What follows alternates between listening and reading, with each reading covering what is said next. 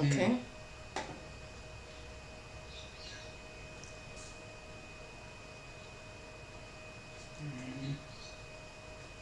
Thank you very much. I want to welcome you for this lesson. We were here last on Friday, and we are looking at unending life. Majorly, we looked at unending life in a present situation. And I remember the last time, the last topics we looked at included how people prepare, how people remember the dead, and how people prepare for death, especially the Christians. Today we want to move on. I'm not going to repeat what we covered last time. I just wanted to give you a review for those who are not with us. However, we put the notes in the notes we are given to you, I believe. So we are going to continue from there. Today we want to move on another step, and we are going to look at African traditional understanding of life after death. African traditional understanding of life after death. When we come to African traditional society, this is the time before the coming of the African culture, before the coming of the European, before the coming of religions, before the coming of Christianity. But on the same, even after coming, some people still preserve their culture. We still have the African traditional understanding or cultures in our society. So I want to look at African traditional understanding of life after death. How did the Africans understand death? How did they look at, how did they prepare for it? How did they treat the dead people? How did they look at them? That's the questions we are going to answer today. I've given a question like, how was unending life explained by the people in African traditional society? How did they explain that when someone dies, what next? What would happen? That's what we are going to look at today. We say that it was a belief among the people in traditional Africa that the dead continue to live in the next world after the physical life. This belief was therefore reflected in daily activities of the people. The Africans believed that when people die, they continue to live in the spiritual way. If you die physically, they bury your body, put it in back clothes, put it in the ground, cover the soil. They still believed that Africans still lived in the spiritual world. And if you live in a spiritual world, how did the people behave? How did they do? What were the indications that they believed that these Africans still lived? We are going to see. That's what we are going to look at in today's lesson. We are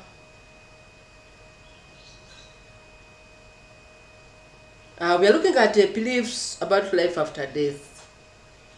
The dead in African traditions were not dead, and were referred to as the living dead. This is according to John Mbiti, an African writer and philosopher. The Africans believed that when people died, they are not dead. In fact, usually we have a question in CRE that the dead are not dead according to the Africans. Discuss. It is true, they did not believe that the people have died. They believed that people were still living and were looked at as the living dead. So, according to Mbiti, Africans who died, they were living dead. The Africans believed that the dead will continue living in form of spirit in an invisible world. And among the Swahili in East Africa, they have a term, malaika, which they use to refer to the unseen spirits that are there to protect humans from evil. The Africans believed that people will continue to live in the form of the spirit.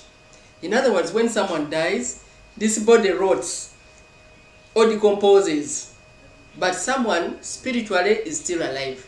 So people who are dead, their spiritual life is still active and can do very many things, as we shall see as we move on. Death was not complete destruction of life of human being. Only the body was destroyed and the spirit joined the rest of the departed in the family. Among the Baganda, the dead was known as Omugenzi. Now, when someone died, they believed that someone has died. Yes, the body is going to be maybe is going to be buried, but the body was destroyed, and the spirit joined the what? The departed family. In other words, the family of the dead. The families were in two categories. In fact, when we are defining family in African traditional setting, we'll say that the family refers to the father, mother, children, relatives, and ancestors. In other words, the dead are still part of the what? They are still part of the family. So when someone dies, every family has ancestors. Those are old parents. Those are parents who lived at one time, our great-grandparents, but they died. Now when they die, they become ancestors. When you die, you join your ancestors. So we are saying that death was not complete destruction of human beings. Only the body was destroyed, and the spirit joined the rest of the departed in the family. And we said among the Baganda, the dead was known as Omugenzi. Omugenzi was someone who has gone. Omugenzi so and so, Omugenzi so and so. For people who understand, someone who has departed. That's what they referred to the dead person. Death in Africa was taken to be a form of sleep, with the belief that the person will wake up in the next world. In fact, even right now, sometimes when someone dies, we refer to him as Yebase.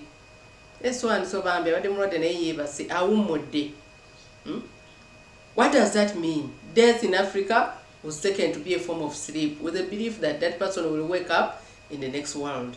You have slept here on the world, but in the next world, you are going to be active. You are going to be awake. So the dead were not looked at as someone who has destroyed, who has disappeared completely. It is someone who is going to live in another world. Death in Africa was just a change from one world to another. The different African, the different African tribes. For example, the Yoruba of Nigeria, Igbo in Nigeria, all believe that there was a world of ancestors. When you look at the Africans, they believe that you have this physical world, but there's a world of ancestors. So when someone moves from this physical world, they'll go and join the ancestral world, or the world of the spirits. So someone is not dead. It's just changed the location. The living dead were believed to be more powerful than the living, and therefore they had to be respected. The Africans believed that when someone dies and the body they start living in a spiritual world, it is believed that is more powerful than the living. In fact, the Africans respect the dead more than the living. When someone dies, you realize that when someone dies, even in our present situation, among the Africans, and leaves a will, bury me in 20 back clothes, bury me in, someone recently said he wanted to be buried, I think 10 feet, 30 feet, 10 feet some time back. And people had to fulfill those wills. If someone says, don't bury me immediately, don't keep me after death, people respect those requests which were made by the dead person. So the living were believed to be more powerful than the living, and they had to be respected. In fact, Africans believed that the dead people could punish. If a woman died and left her children, and there's someone torturing her children, the spirit could come and punish. If you did something wrong and annoyed the ancestral spirits, calamity could come. Either people will fall sick or people will die in the family. So people respected those people. They were believed to be more powerful because they are now living in the spiritual form. The dead were believed to be active members. Another point. The dead were believed to be active members of the family. They took part in decision making. Among the tribes in Uganda, like the Baganda, Basoga, and Banyoro, they had shrines in their homes, and they could meet the dead and talk to them. Even sometimes if they are making a serious decision, they have to consult the dead. What do the spirits say? Should we go ahead or we should not? So that's why most African homes had shrines behind their main houses. And whenever there is something which is challenging them, they will consult those spirits. In other words, the spirits will take part in the decision. Don't do things anyhow. And when those spirits accept, then these people will be very happy to do whatever they were doing. So the dead were believed to be active members of the family. They took part in decision making. And among tribes in Uganda, like the Baganda, Basoga, and Banyoro, they had shrines in their homes, and they could meet the dead spirit.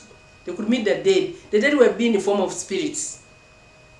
Now, when they go in these shrines, there are people who were chosen to be, to be possessed by those spirits of the dead. So when you go to these shrines, you sing songs, you invite them, then the spirits will come and how can I call it? And possess that person who is chosen. And then that chosen person will start speaking in that voice of that person who departed. The voice of the grandparent who departed, the voice of the auntie who departed, the voice of someone who departed. Then the spirit will start telling you, don't do like this. You have done this. You have annoyed us. They will tell them. So the dead were believed to be more active. And these people will be very humble by the way. They would fear those spirits, because those spirits could punish.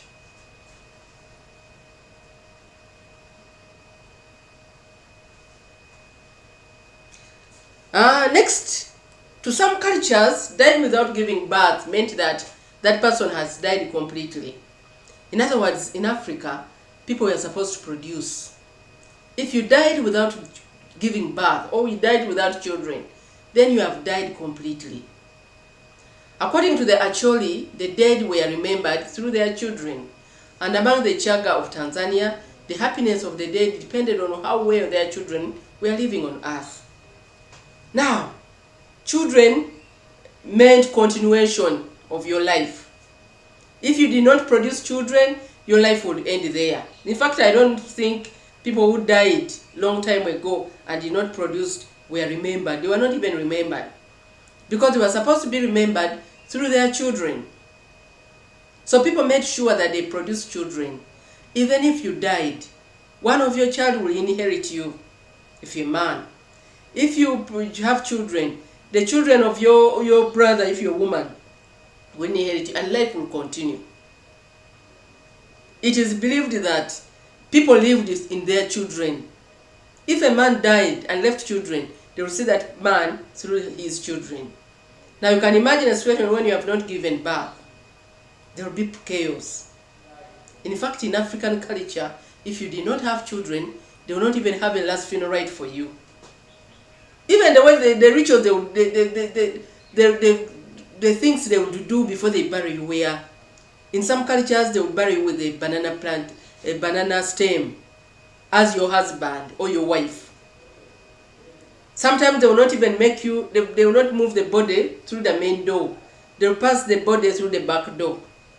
If you had a house which has only one door, they will make even a hole. At least they will make a hole behind your house so that the body can pass through that hole. Because it was looked at as an abomination, as a curse. And such people were not remembered. What am I trying to say? That in some culture, dying without giving birth meant that that person has died completely.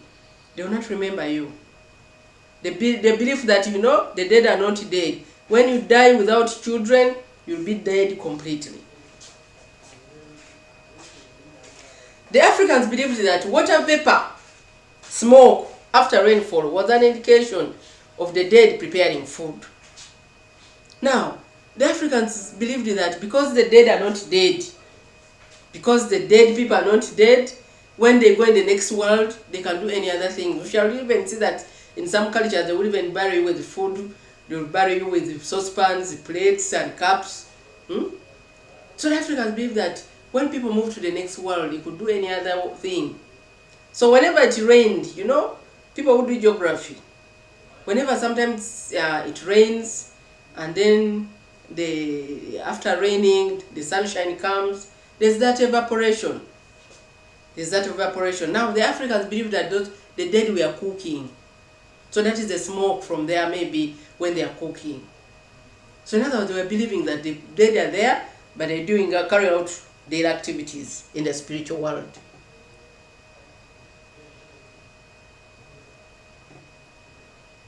Next, the spirit of ancestors were regarded as mediators between God, the spirit world, and the family they left behind. For example, whisper messages to corpses so that they can be taken to the spirit world. The Bemba of Zambia, for example, the Bemba of Zambia whispered messages to the corpses so that they can be taken to the spirit world. Now, among the Africans, the dead were mediators between God and the spirit world and the family. When someone died, he could easily reach the ancestral world. So sometimes, when someone died, they could invoke this spirit to come and speak to them. Sometimes when they are about to bury someone who is dead, they will give messages. They'll speak, go, if maybe your grandparent, Bazeketa, your great-grandparent is an ancestor in your family. If died a long time ago, if someone died, we could speak to you and say so and so, please take this message to Bazeketa. Tell him we are suffering. Tell him you have to come and rescue us. And then that person who is dead will take that message to the ancestors.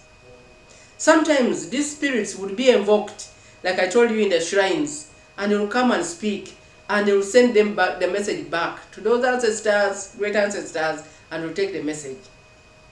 So the spirit of ancestors were regarded as mediators, or we can say the spirit of the dead were regarded as mediators between God and the spiritual world and the family they left behind.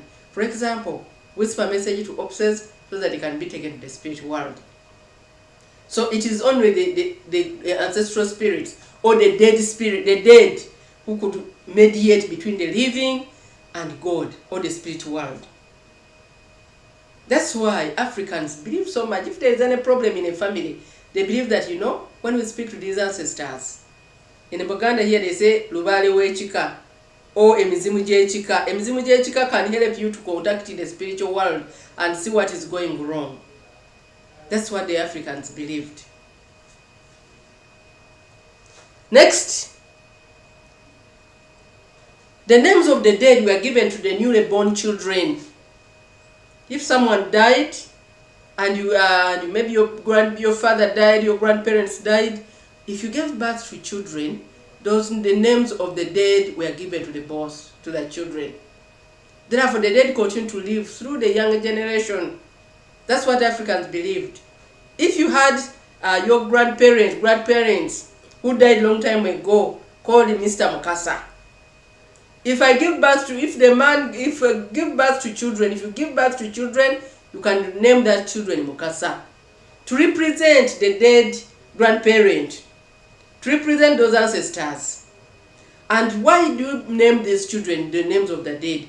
To make sure that these people who died continue living through the young generation. That's why people who didn't produce children found it a very big problem to be remembered, because now they can't name you after who. So the dead continue to live through the young children. The children are born, they name them after those ancestors. They didn't want them to completely be forgotten. They would be named. And by the way, usually in Africa, it is believed that when they name you after a particular ancestor, you even start behaving like that ancestor. You start developing those characteristics. If this ancestor, great-grandparent was had good heart, you continue with that good heart. But even those people who are named after those ancestors, who had bad hearts, who had diseases, they were drunkards, then they'll say, he's a drunkard like his great-grandparent, whom they named after him. Sometimes these things follow up because it is believed that the spirit of that dead person is living within you. So many times you take even the traits of the dead person, that ancestors. The dead were believed to pay visits to the living family members through dreams and visions. The dead were believed to pay visits to the living family through family members through dreams and visions. The Africans believed that the dead people can speak to you when you are asleep. You dream. At one time, there's a person who told me during Museveni's war in Luwero, one of their relatives died, disappeared. They looked for the body and they failed to get the body. They definitely knew that he had died, but they failed to get the body. They took him and killed him and threw him in a certain place. But when these people were crying, they looked for the body, they failed to get it. But one day, when one member of the family was sleeping, he dreamt. He dreamt this person telling him, you know, Banzita, they killed me. But I'm here under this tree. The tree named the tree in this place, as you move this place, and he directed. So when this person woke up, he said, now, I had a very real dream. Someone was telling me, the one we are looking for, that he died, they threw his body under this mango tree. So the relatives went there. And they looked around under that tree, and they looked around, and they realized there was a body. There were bones. There were bones and some clothes, but they realized those clothes were his. And they took those bones and buried them. What am I trying to say? That the dead were believed to pay visits to the living family members through dreams and vision. This one paid a visit and made them dream that he was somewhere. He was already dead, but they dreamt where he was thrown. It's where his body was thrown, and they tried to recover it. So the dead could speak through dreams and visions. Another point among the dead, ancestors were venerated. Ancestors were venerated by the living. What do we mean by venerated? Being venerated means being remembered, being recognized. For example, among the Bachiga, spirit huts or shrines are built in honor of the dead, and sacrifices are offered to them. Now, when they are remembered, when they are recognized, that's what we call being venerated. And they do things which show that they are recognized. I've given an example. In some families, they build shrines. Now, these shrines are not only for among the, but many cultures in Africa, they have these shrines. They have shrines. They put them there to honor the dead. They sacrifice to them. They offer sacrifices. They put baskets. They put money. They slaughter chicken. They slaughter goats. They honor them. They go there and pray. Sometimes they spend nights in those shrines.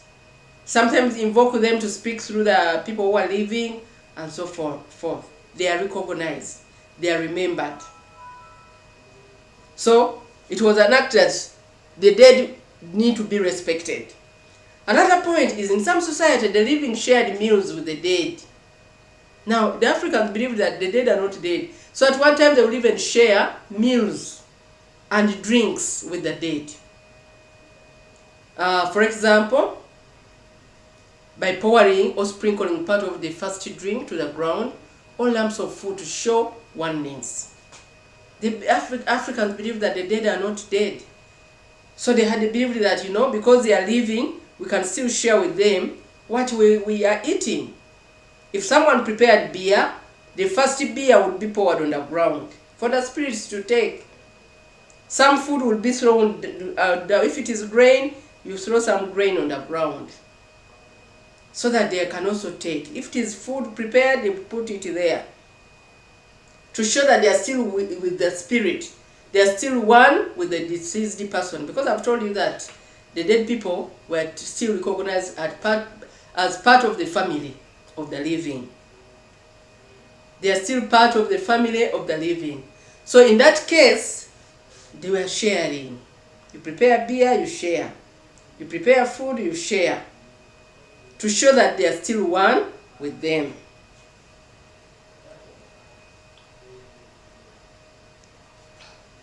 The dead were regarded as still belonging to the family, though they had become spirits. This is why they were buried near homes, compounds in some societies. In fact, the Africans believed that the dead were still part of the family. And why are they still part of the family? That's why they did not put them very far. In fact, when you go to the eastern part of Uganda, most dead people are buried. If it is a man who has died, the head of the family, they bury him in the compound, in the courtyard.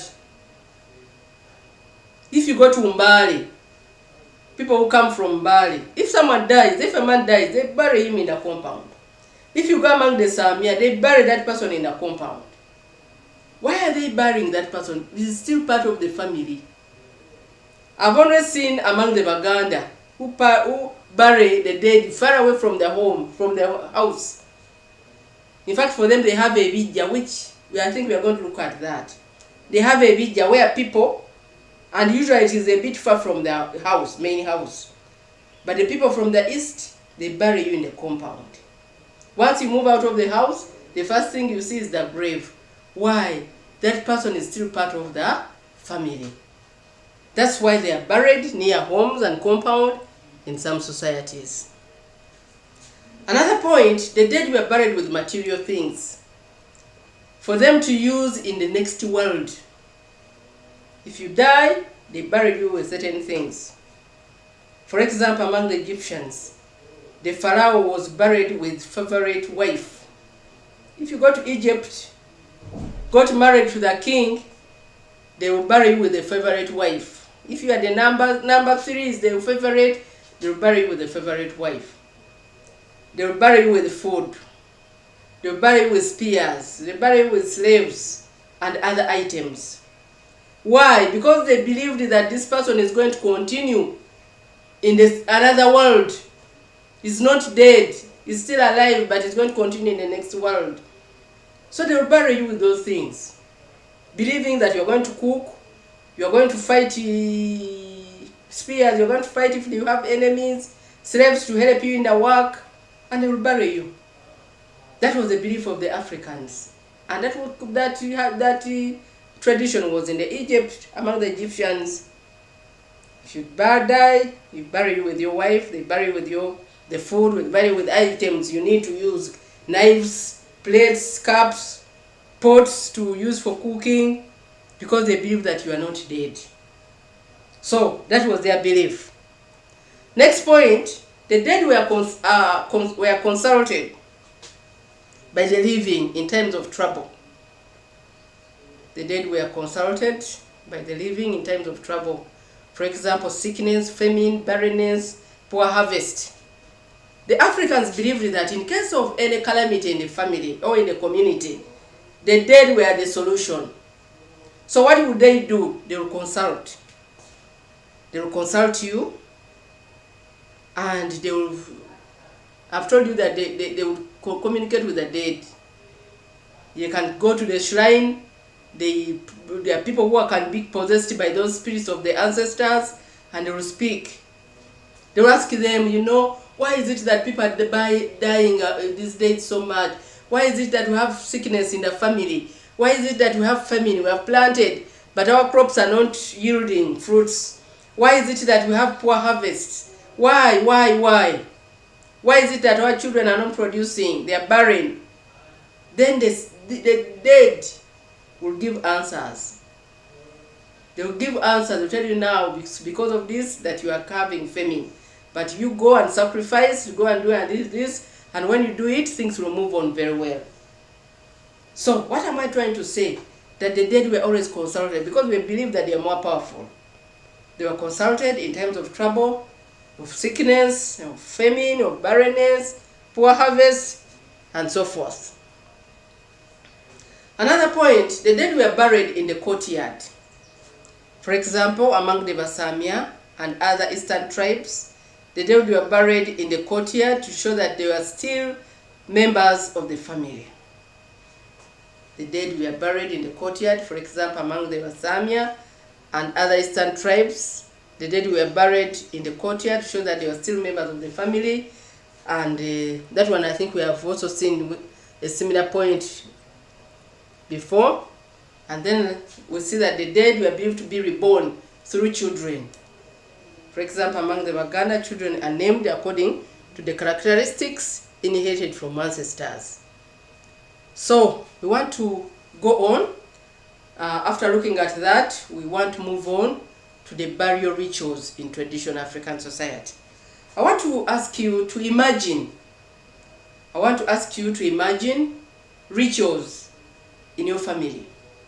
When people die, what do they do? What rituals do they carry out in your family, in your tribe? When people have died, what are the rituals which are carried out in African traditional society? I've seen situations where people sing. For example, among the people in the West Nile, when they die, my God, they sing throughout. They hold sticks and dance in circles, and they sing in their language. They sing and they sing and sing. It is a ritual. I've seen people, when people die, they put on back cloth. They tie the waist with a back cloth. Sometimes they tie with a banana fiber. I've seen people where people die and the body has to be washed. Among the Baganda, before you bury, you bring a vinyirix. I don't know how they call them in English, but these are banana stem. That inner part.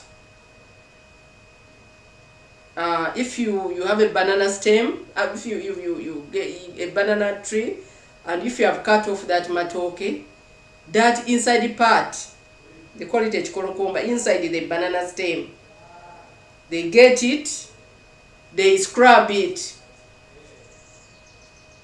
they grate, we call it, they grate it, and they get that fiber inside. That fiber usually is wet. So that's what the Africans do. Those wet fibers are used to wash their body. If your parents have died, if your mother has died, you bring that wet fiber of the banana stem and you wash the face of the dead person. That's what they use. Now, those are rituals. And we are going to find out. Some of them we've tried to get meanings. And the research I'm going to give you, these rituals we are going to discuss, find out why are they doing them, beyond maybe what we shall study in the classroom. Find out, why don't they bring water? Why do they bring the vinyirikisi to wash that body? Find out, why do the Lugubara sing when they lose the dear one? Find out, why do they bury the back clothes? Those are rituals. Find out, what do people do? So we are looking at burial rituals in traditional society. The number of ceremonies that are performed before and during burial, and these include washing the dead body with water or traditional medicine so as to go to the next world while clean. Now, in some cultures, they use water. In other cultures, they use traditional medicine. Those things I've told you, they get from the banana stem so as to go to the next world while clean. The Africans believe that where they are going is a new world. So they don't have to go. It is like when you are going to visit, you don't just come from the garden and go to visit. No. You have to bathe, put on, apply Vaseline, and then you put on a clean cloth, and then you go to visit. So it is believed that these dead people are going to the next world. So it is not good to go when you are dirty. So they want to go to the next world while clean. Another ritual is shaving the bodily hair of the dead. In some cultures, they shave their bodily hair so as to begin a new life in the new world. So what they do, they shave every hair on your body. And why are they shaving? After washing that body, they shave it, and it goes to the next world when it is clean. Shaving bodily hair so as to begin a new life in a new world. Now, in some other cultures, it is not only the body which has shaved, but even the people who are mourning, they shave. These days it is not common. But sometime back, if you lost your parent, they'll shave off your hair, all the hair. And everyone would know someone lost a father, someone lost a mother. So shaving the bodily hair is key so that someone can begin a new life. Then another one, cutting off the bodily nails so as to begin a new life in the world. Now, they don't only cut off the hair, but they cut off the bodily nails. They cut off the nails on the feet and on the fingers. That was because you are going to begin a new life. These nails grow, by the way. So they believe that when you cut these nails, they will grow again because you are beginning a new life. Another ritual, putting oil butter in the mouth. Putting oil butter in the mouth. Nostrils and other bodily openings so that the body doesn't smell before burial. Even after, they think that this body should not smell. So they put oil. They put oil in the mouth, they put it in the mouth, they put it in the nostrils, they put in all bodily openings, in the ears. Now, usually, when they put that oil, it goes inside and it preserves the body. It was purposely to preserve the body. They want this body to go when it is well preserved in the next world. Another ritual, in some cultures, a hole was made in the grave so as to allow the spirit to move in and out freely. I've told you that the Africans believe that the dead are not dead. The spirits can come and guide. The spirits can come and counsel, make decisions for the family, can come out and make you dream. So they believe that these spirits don't stay in the grave, they move around. So in some cultures, a hole was made on the grave. They bury you, but they make a hole in the grave so that the spirit can move out freely in and out of the grave. That's what the Africans believed. So this spirit can move out to do different duties, to do different things. So the dead were also buried with material things like clothes, food stuff, and sometimes servants, wives, and the case of kings. For example, among the Egyptians, the king would be buried with his favorite wife, servants. We have looked at that in the belief, but it's also a ritual. It is a burial ritual, that someone is not buried alone. He's buried with things, buried with plates. Recently, there's sometime back during COVID time, there's someone who died, I saw in Okede TV, and was being buried with the newspapers.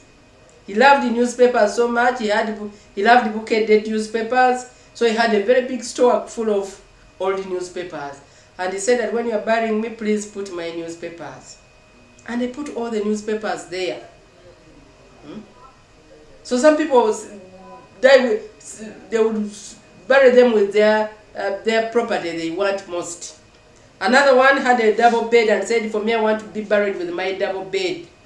So they had to make a very wide grave, 6 by 6 double bed. And then the body was put on that bed.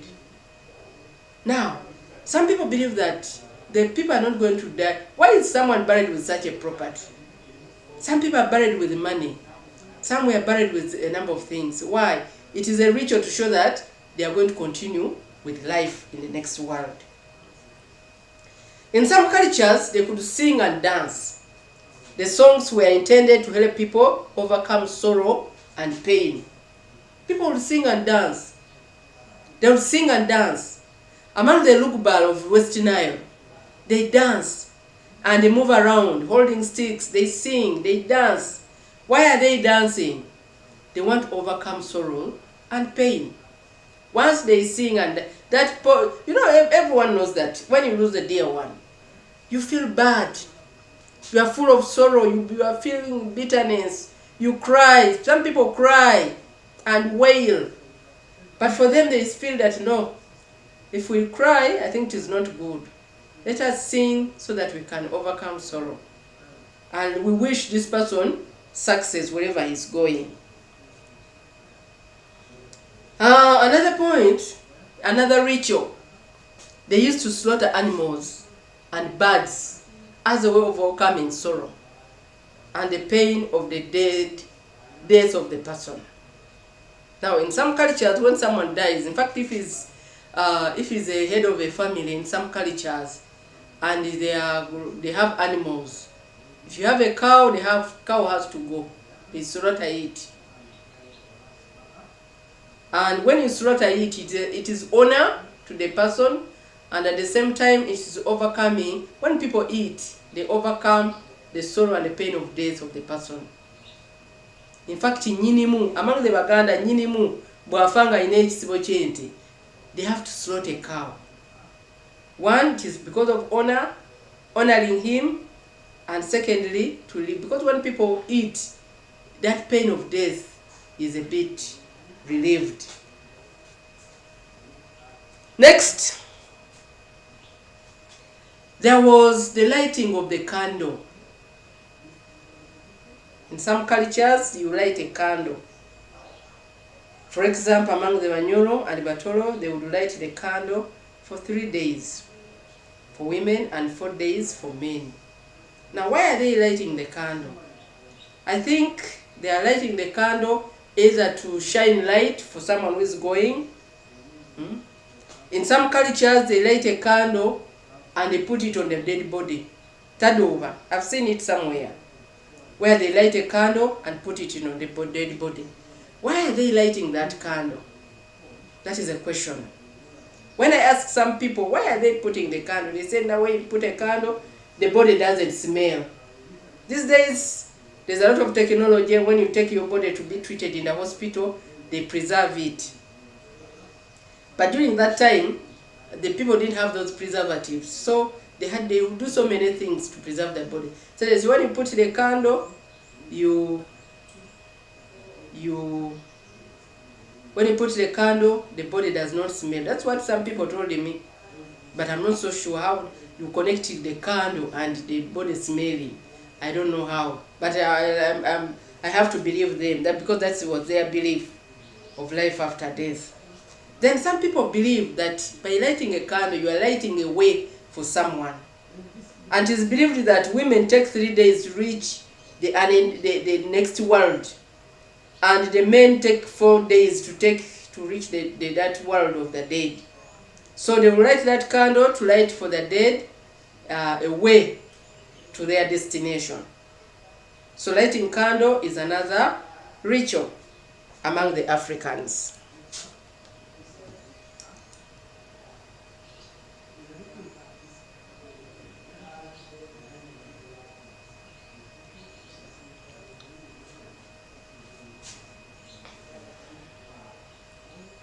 In some cultures, people were required to dress in a particular fashion. Women could tie some leaves either on their heads or around their waists. Now, when you look around, especially among the Baganda, it is very common for women to tie their waists. Waist chimyu. They call it a chimyu in Buganda. You dry in a particular fashion. If you're a Namwan, if you're the woman who has lost her husband, you tie in the waist. And when they see when you have tied something in your waist, sometimes they tie banana fiber, sometimes you get a string, a big cloth and tie it in your waist. So, women could tie, could dress in a particular way. They could tie some leaves, banana leaves, either on the head or around the waist. That shows to identify you. It was done to identify you from other people. That this is the widow, these are orphans who have lost their father, just to identify you in the family, and also to make you firm. Because I think sometimes when you lose a dear one, you feel like your intestines are dropping out of your... But when you tie, you feel firm. Some people even lose appetite and don't eat. So when you tie in the waist, you feel firm. It can give you some strength to move on. So another one, in some cultures, some people would smear their bodies with white clay. For example, among the Maasai of Kenya, sometimes when they lose the dear one, they will smear clay on their body. It is a form of mourning. They will get clay, smear it on their bodies, and mourn. So if you go to a situation and you go to a place and you see people with white clay, just know that those people have lost their dear ones. So that one happens in Kenya among the Maasai. Another point, the dead were given a decent burial at home, in the compound or ancestral burial ground. In fact, the burial must be decent. These days, our graves are tiled, they are made by bricks, but in the past, they did not have that. They were not making bricks and what. They would dig 6 feet, but they'll dig it and make it very decent. And on top of that, they'll put you down 6 feet, but on top of that, they'll put stones. They'll put stones, very big stones, to protect that grave, so that it's not swept away by the erosion. It is not swept away by rain. It is not swept away. It is not played upon. It is not, because when you put a grave and you put very many stones, that's what they used to do in the past. These days, people can make their graves very well. They put tiles. They make a very good finishing. But under normal circumstances, Africans had to make sure that people had decent burial. And on top of the graves, you are supposed to be put in back clothes or in very many clothes. Among the Baganda here, people are buried in the graves and in the back clothes. People are made to sleep they are buried in the back clothes. Now, there's a very big advantage in the back clothes. The back clothes can preserve the body.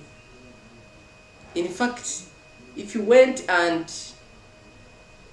brought out those dead bodies which are buried 30, 40 years ago, and were buried in the back clothes, you'll be surprised that those bodies are still there, preserved.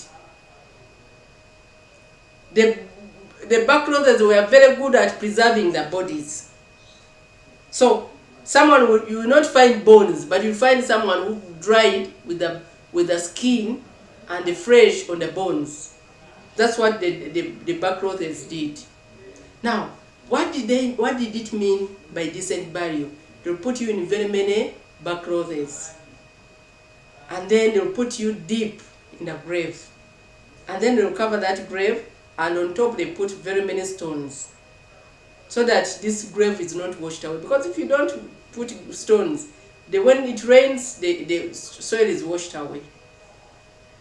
So the dead were given decent burial, in terms of the clothes they put in, or the back clothes, and also in terms of the length of the grave, the depths of the grave. So that is decent burial. And by the way, in Africa, if someone was not decently buried, then he would lament. Would make people dream. I've told you the other time that the dead would visit in form of dreams. The dead person can visit you in form of dream and say, you buried me badly. I'm feeling very cold. Please, can you come and cover me properly? They will come and lament. So the Africans, to avoid that, they had to make sure that decent burial was carried out. Another point is, in some societies, in another ritual, when one partner died, one could sleep with the dead partner to show much respect for him or her. Now, I want to explain this point. In some cultures, people would sleep with a dead body. Now, the sleeping is in different forms. Sometimes when someone dies and they put the body in the sitting room, people sleep around the body to show respect. If you have a body in the sitting room, definitely don't leave it there. People in the sitting room, sometimes they even remove the chairs and put them out, so people sleep around the dead body. It is a sign of respect. But there are even those cultures where if it is a partner, husband, wife, if a husband died, you can't sleep with that dead body. There are some rituals they would do and you sleep with that body. Or if the man would sleep with the body of a woman to bid farewell. I'll request you to do some research. Next time I'll mention some of those tribes. We are going to even watch, next time we meet, we are going to look at even some video clips, those weird cultures which carry out such things. We shall see them. Next time we meet, I will come bring with a video clip about that. And then we shall see how some cultures would respect others. A partner died and you sleep with it, then to show respect and sometimes bid farewell to such a person. Another point, another ritual, there was celebration of last funeral rites. Celebration of last funeral rites to make the climax of mourning and make the mourners forget their sorrows. Now, in some cultures, the celebration of the last funeral rites, and among the Baganda it is very common. When someone dies, you make burial arrangements, someone is buried, but you announce the later date for the last funeral rite. Now, in the last funeral rites, what do they do? In the last funeral rite, that's when they put the heir. You said someone should inherit you, that's when someone is put. Someone is put there to inherit you. So they make so many rituals. The clan heads come, they talk many words, they celebrate so many things, they do cultural things. For people who have been heirs, you know that when you are becoming an heir, they give you a spear, they tell you about your cultures, they tell your ancestors, they pray to them and invoke them to help you, to guide you. Like even someone who has died, to the spirit to come upon you so that you can behave like the way he has done. In this class, there could be some people who have been heirs. You know what they do in your culture. But that is whatever they do in the last funeral rite, that is the climax of the mourning. And after the last funeral rite, they don't expect people to cry. In fact, when you cry, you may cause people to die in the family, because someone who died is replaced, so you don't have reasons to cry. So the last funeral rites are very common in African traditional culture as rituals to make mourners forget their sorrows. After all, if the heir is put, why are you crying? You should not cry, because someone is already there. If the father died and the son has taken over, you don't need to cry. You need to move on. Lastly, they used to tie their waist firmly so as to become firm as they mourn. For example, in Uganda, the orphans are tied with banana fibers around the waist to be firm. They tie with the banana fiber to be firm. You get scared. Some people, even when they lose the dear ones, some even faint, some do so many things. So they make you to be firm. Now, I want us to move on. What give the causes of death in African traditional society? Give the causes of death in African traditional society. Now, when we are looking at unending life in present situation, we also looked at the causes of death. And when we are looking at the present situation, the causes of death, we looked at very many things. We looked at things like diseases, accidents, wars, poisoning, and many more. People die of so many domestic violence, very many. So when it comes to African traditional society, is it different? Are the causes of death different? We are going to look at that. Give the causes. What are the causes of death in African traditional society? Members, I want to tell you that some of these causes were a bit different. The causes of death in African traditional society, some are similar, but others are different. They are looked at differently. If people died in a village, what would be the cause? If people are dying in a family, what could be the dose? In fact, the Baganda have a saying that omuntu teyefira. There's usually a cause of the what? The death. And you realize that even when people die in African traditional society, sometimes people go to the witch doctors and find out, why did this man die? And then they'll tell you, so and so bewitched. Maybe at the place of work there's someone who's... So they do so many research. They believe that the Africans, even if someone collapsed, got an accident, it is not the accident which has killed him. There's something behind the accident. So the Africans had their causes of death. They believed were causes of death. Number one, failure to fulfill the customary rituals, like getting married, sacrificing to the spirits, caused death. Now, if you are in a family, in African traditional society, there are some rituals which were supposed to be fulfilled. For example, getting married. If you refuse to get married, because it was an obligation in African culture, the spirits will be very annoyed and they could cause death. If the ancestral spirits wanted to be sacrificed to, and you didn't sacrifice them to them, it could cause death in the family.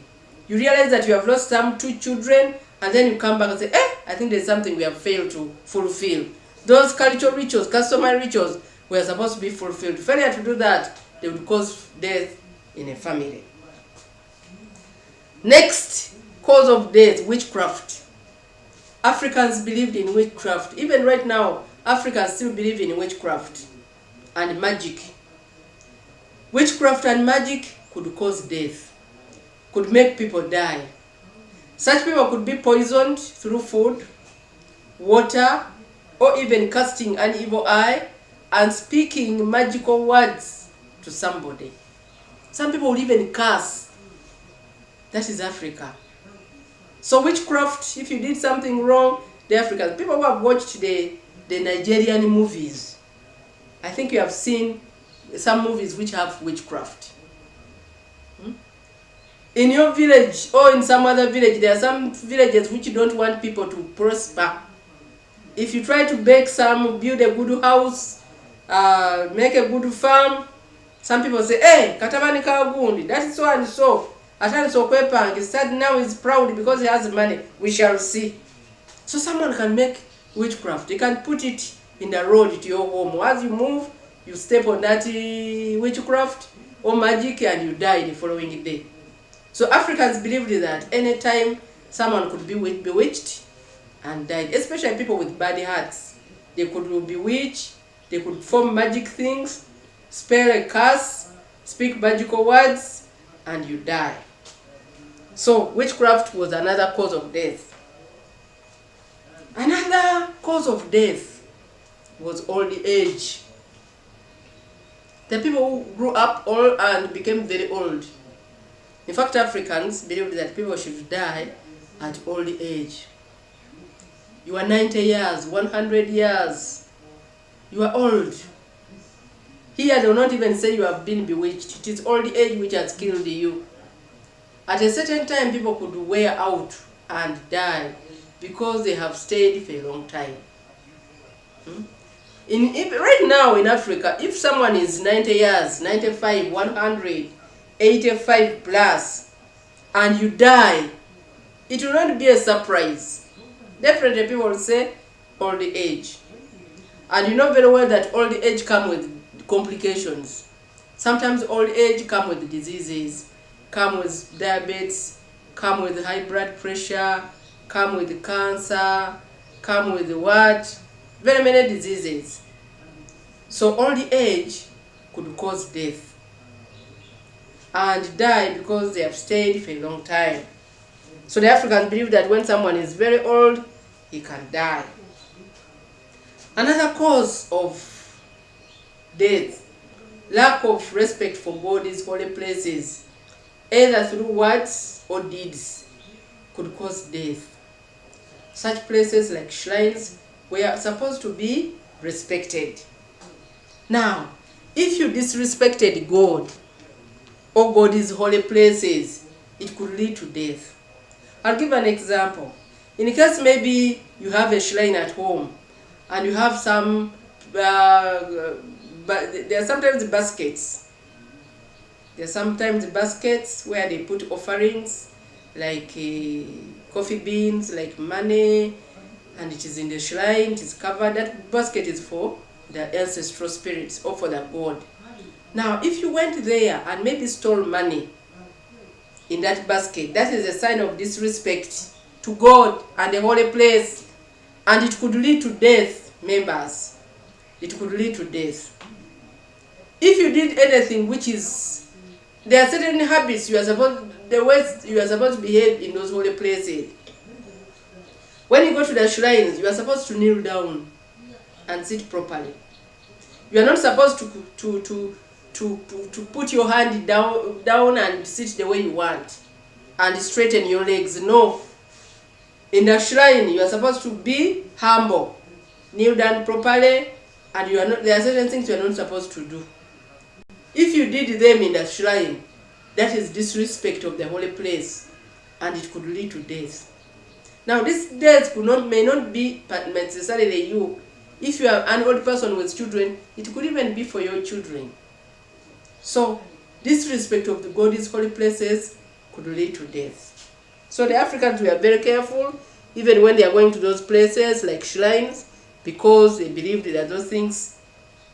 Another thing which would cause death is diseases. Africans suffered from different diseases. And by that time, there are so many diseases. These days there are certain diseases which have been wiped out. There are some diseases which are wiped out, which are no longer common, but they used to kill people in the African traditional society in the past. Diseases like leprosy, like sleeping sickness, like malaria, like smallpox, and many others caused the death. Someone fell sick, sometimes could be treated by these herbals, but it could still cause, there are many diseases which caused the death to the Africans. Different diseases. Cancer, those diseases were there. So the different diseases in the community of the Africans caused the death. Someone fell sick, they will take him for treatment, they will take them to herbalists, they will take them to those different doctors. They are their doctors. But in case they fail to treat their disease, someone will die. So the cause of the diseases would cause death. Now, I want you to look in your community right now. I know that each and everyone has a village. You have a village. And if you have a village, what are the diseases which are disturbing people? If you look at our present situation, we have diseases which are known to cause death. These days we have COVID-19. It is causing death, serious death. In addition to other diseases, we have HIV/AIDS. It causes death. We have other diseases like cancer. Very many patients in Mulago Hospital. All those are death cases. There are people who die of various diseases. Sickle cells, diabetes, high blood pressure. But those diseases were not very common in African traditional society. We had sleeping sickness, malaria, smallpox, and many others. Those are diseases which are very common. Measles. Those are causes of death in African traditional society. So, diseases. Okay. So diseases caused death in African traditional society. Another cause of death is breaking the taboos. Africans had taboos. In fact, what are the taboos in your culture? Ask yourself. What are the taboos in your culture? Breaking of taboos caused death. Taboos held a lot of religious significance, and breaking them was equivalent to insulting God, who was the author of life. There are some taboos. In fact, look around your culture. What are the taboos? What are the African taboos which were abominable, that in case you did them, you could cause to death? It could cause to death. Some of them were sexual taboos. Incest. Incest is a taboo in African culture. In fact, in some cultures, if you committed incest, they will kill you. They will not even wait for the spirits to kill you. They will kill you physically. Someone talked about a culture in the eastern Uganda. I think someone, I don't know, if someone is on this in this classroom is from that tribe, you'll try to correct me.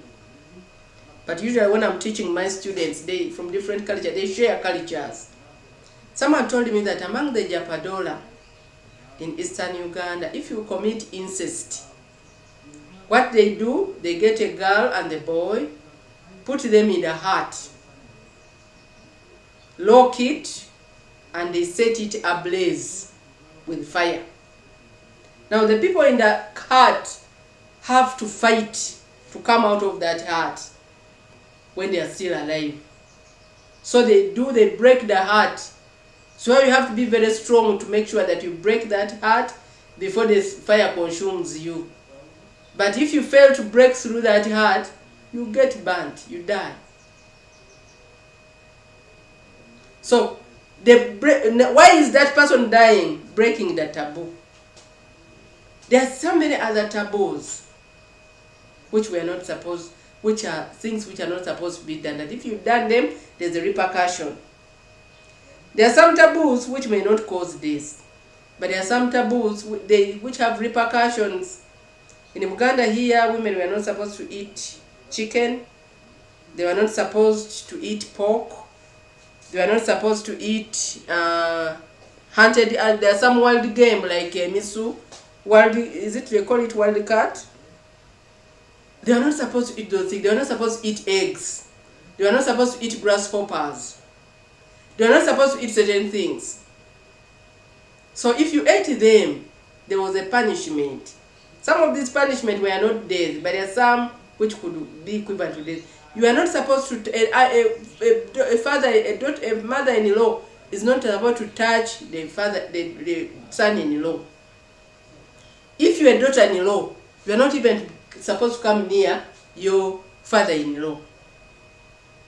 You are supposed to be very far away from your in-laws. Though we have some cultures where it is very normal. You can even hug your son-in-law. But in African culture, some African culture, it was a taboo. Even looking at your son-in-law, you're supposed to sit very far away from your son-in-law. You're not supposed to, if you're a daughter-in-law, you're not supposed to. So some of those taboos, if you broke them often, it could lead to death. It was a very big taboo. So breaking taboos caused death in Africa. So Africans had to respect the taboos so much so that at the end of the day, they don't die because of breaking those taboos. Another cause of death was curses, especially by the elders, was believed to cause death. The elders were believed to be representatives of God, and what they said would come to pass. In fact, among the Baganda, you are not supposed to, you have to respect your elders, your parents. If your parents cast you, you'll die. You are going there, you will die from there. It will come to pass. So the words they spoke were, if in case you annoyed them and this parent said a bad word, you are supposed to come back and say, please, I'm very sorry, I'm very sorry, I'm very sorry. You apologize to your parent. Some it is aunties or uncles or grandparents. Some of you children, when you go home, you underlook the grandparents. Jaja, you even want to speak English to them. Some of these grandparents don't know English. But what shows you that you are a very big person? Jaja, you was useless. Jaja, you can't even, you speak English. This Jaja tries to say, please, what are you trying to mean? And now these Jajas sometimes curse. When I was growing up, they told us that all the people, not necessarily your relatives, but all the people, if they curse you, it will come to pass. Now, you have to make sure that they don't curse you to die. You're not still alive. You are not going to live long. When you hear people saying those words, pause a bit and check yourself. If there's something which has gone wrong, make sure you correct it. Otherwise, it is going to cause a lot of problem to you. It can lead to death. I've seen people who have been advised by their parents and they said, tata, yeah, you kazende girl, or kazende. Now you despise your parents, and when they are very annoyed and they speak a word, sometimes they come to pass. So curses led to death. Sometimes it will be a curse for the whole family, by the way, not you as an individual. And people are dying. They don't reach a particular age. Someone told me that in our family, once you reach 40, you start getting scared, because all our relatives die by the age of 40, 41, 42. So many young boys and girls were in the family were saying, now we are scared, we don't want to reach 40. But the 40, we cannot avoid it. And it is a curse in the family that all children, whenever they reach 40, they die. So curses, Africans believe that curses could lead to death. Another point, breaking the brotherly blood pact could cause death. Breaking the brotherly blood pact could cause death. I'll give an example. What is a blood pact? A blood pact is a covenant you make which is made between two people. It could be two friends. They can make a pact. A pact, they call it a blood pact. What is involved in a blood pact? Among the Baganda, they call it omukago. Okuto omukago. When you put omukago, when you make this blood pact, you make a covenant. You are going to be close friends. You are going to be there for each other. You never eat food when someone comes, when you never do anything bad to that person. Those are the pledges which are usually made in the blood pact. So you get a coffee, usually a coffee seed. The coffee has two seeds. So you break the coffee, you get one seed, give it to your colleague, you remain with another seed. Cut your umbilical cord. Make a cut on your umbilical cord so that it can bleed. Bleed little. If it brings the blood, you smear that blood pact on that coffee bean. Give it to your colleague. She swallows it. He also does the same, and you swallow. And you say, what is mine is yours. What is yours, your children will be mine. You make those vows before each other. Now, when you talk about breaking the brotherly pact, now you become like brothers. Now, how do people break the bloody pact? If someone, for example, came to your home and said, Mnanga, I have a problem. Can you help me with the 50,000 shillings? And you say, I don't have that money. You phoned me when I've also spent that money. I've just spent, yet you have it. That is breaking the brotherly pact. And Africans believe that there is a repercussion. It can make you die. It can make you fall sick. It can make you lose your children. It brings a very big curse to your family. So when you break that covenant, that blood pact, you can die. And we are saying that relationships were built on blood. Therefore, violating blood pact meant ending one's life. So people had to be very careful after making this blood pact, because it could bring a repercussion. It could bring a very big repercussion, members. So if you make a blood pact, you are supposed to survive, and you are supposed to be very careful. What caused death in African traditional society? That's where we are. What caused death? Bad spirits were believed to cause death. When we talk about bad spirits, if an individual had a conflict with the dead, when they were still alive, the individual could die. Now, bad spirits were believed to cause death. Even by the way, these days, people still believe that there are some spirits of the dead which cause death. If I had a conflict with someone and someone died, that spirit will still haunt me. And could also kill me. So the Africans tried as much as possible to make sure that they have a good relationship with one another. And even before people died, sometimes they would repent. So that when one dies, that spirit will not wage war. Bear in mind that the dead were more powerful than the living. So that spirit could come for you if you are not very careful. So bad spirits, there are some spirits. Some of these spirits are spirits of the relatives. If your senga or your uncle was a bad woman, it could cause death. So bad spirits believed to cause death. If an individual had a conflict with the dead, when they are still alive, the individual could die. Another cause of death was evil deeds. When you talk about evil deeds of the community member, could cause death. Evil deeds of the community members could cause death. There are some people who are a problem in the community. Such evil deeds like adultery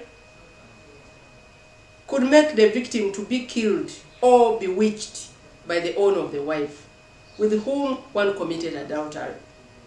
Evil deeds in community. Evil deeds like stealing people's property. Evil deeds like raping and defiling. Evil deeds like stealing people's food and property. Evil deeds, there are so many evil deeds which are done in the community, but many times in African traditional society, if you are doing such evil deeds, you will not live long. Either people will bewitch you or they will kill you. You are committing adultery with someone's wife, do you think you would survive? No. The owner of the wife will either bewitch you or kill you. Evil deeds like abusing people, disrespecting people could lead to death. Now people who did evil things, would easily die. They will not stay long in the community. There are some people who steal people's animals, there are people who steal people's chicken, people who commit adultery, people who rape women, and maybe they waylay them and they kill them. They will lead to death. Another, insulting or dishonoring the Almighty God caused death. That is another cause of death. Because they believed that he was the creator of the universe, and so he had power to take life. Now, if you are the person insulting or dishonoring the Almighty God, that could cause death. If someone was the one who doesn't believe in God and insults God, and you know the Africans had different gods. If you look among the Waganda, they believed in the Almighty God, but they had also the small gods who are named after given names, Mukasa, Chiwanuka. Those are gods. So if you disrespected them, it could kill to death. The Baganda have a song, I'm trying to remember it. Akanyomo nyomo. There's a song in Africa among the Baganda, Akanyomo nyomo. Bwendi muta ndikwata omulala. The kanyomo nyomo means you are despising the gods. I'm trying to remember. I remember the words, but I don't remember the tune. Wendimuta, akanyomonyomo, wendimuta ndikwata omulala. I'll try to remember the song. But the song, what does the song imply? That the people were supposed to respect their gods. If you despise the gods or you dishonor the gods, they will kill you. Even if you are the someone who can be possessed by the spirit, if you are despising them, then they can kill you and look for another person to we call it to possess. So insulting and dishonoring the Almighty God caused death because they believed that He was the creator of the universe and so had power to take life.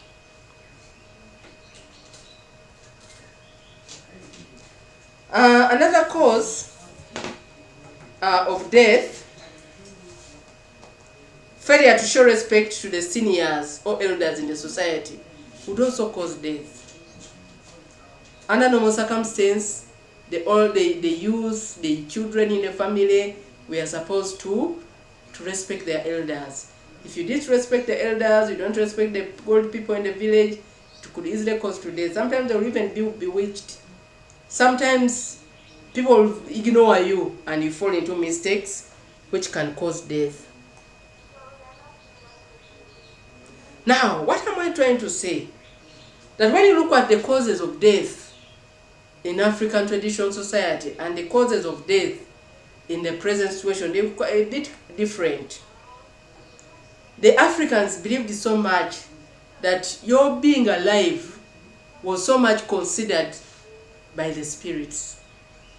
If you annoyed the spirits, so many things will happen. If you misbehaved, very many things will happen.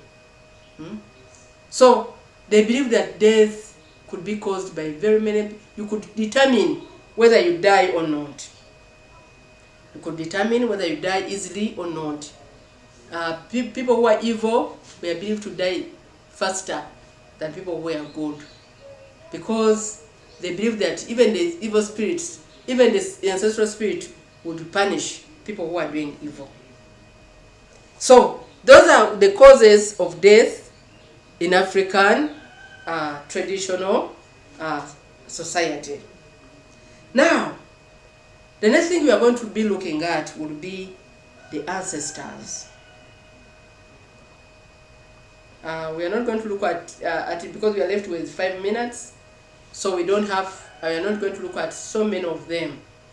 But I want to maybe to speak about ancestors briefly before we end our lesson, because we are left with very little time. So, before we wind up with the unending life in African traditional society, we are going to look at the ancestors. Who are the ancestors?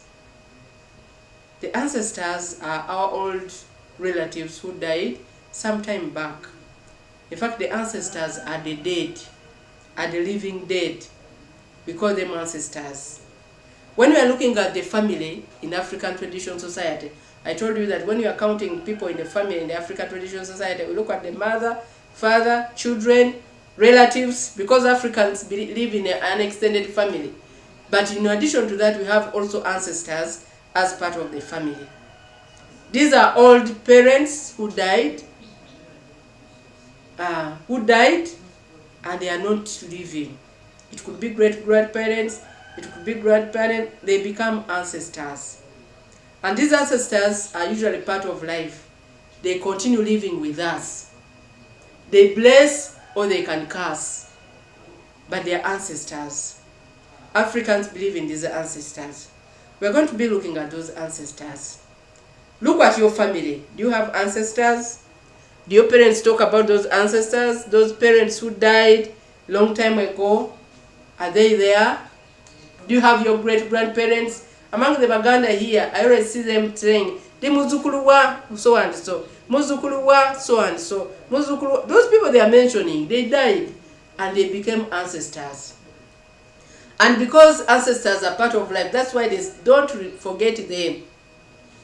The muzukulu wa so and so, the muzukulu wa so and so. Those are ancestors. People died long time ago, but they are still part of their life. Otherwise, we are part of your life. Otherwise, will not be, and part of the family. Otherwise, will not be mentioning them. Muzukuluwa, Nivamulunyinirirwa. Those people, some of those people died. But we still believe in them, because it is through them that we are living. So, the assignment I'm going to give you as we wind up our lesson, I'm going to make you to do research about your ancestors. Ask your parents, Mommy, who are my ancestors? Ask them, who are my ancestors? Where do they live? What are their names? Why do we recognize? Ask those parents, why do we recognize these ancestors? Muzukuluwa, Muzukuluwa, Muzukuluwa, so and so. Why do we still remember them? Because some of them we've never seen them. But when you go for those family meetings, Muzukuluwa, Muzukuluwa, some even call out that family name from your great-grandparents, and that name is a family name. You call it a family name, but it's the name of your ancestor. So, do research in your do research with your parents, and then we'll come back and share. Members, we are going to, I always leave these notes if you don't have, but I think you have the notes. So make sure you revise your notes. Next time we meet, we shall look at briefly at ancestors, and then we shall move on to the church history. What do the church history? And I have promised you we shall also look at some video clips about unending life in African traditions. So we shall look at some African cultures and some African families, cultures and tribes, and see how they used to treat the dead, how they treat the dead, how they look at unending life, how do they behave. We're going to look at that. We shall have a video clip the next time we have. If you have questions, I think you can chat them, and maybe we shall see how we can answer those questions. We shall be looking at the church history. I want us to move a bit faster, because members, we're a bit, the fact I want to tell you, we're a bit behind. Because of COVID, we have to rush so that at the end of the day, you are not caught offside. So we want to rush a bit. So next time we are going to look at church history, then we shall end up with the Bible. I think if you have next lesson and next lesson, I want us to have completed the unending life so that we can begin on success. I want to thank members who have been present. Thank you very much, and may God bless you so much. We shall continue from there next time. Thank you.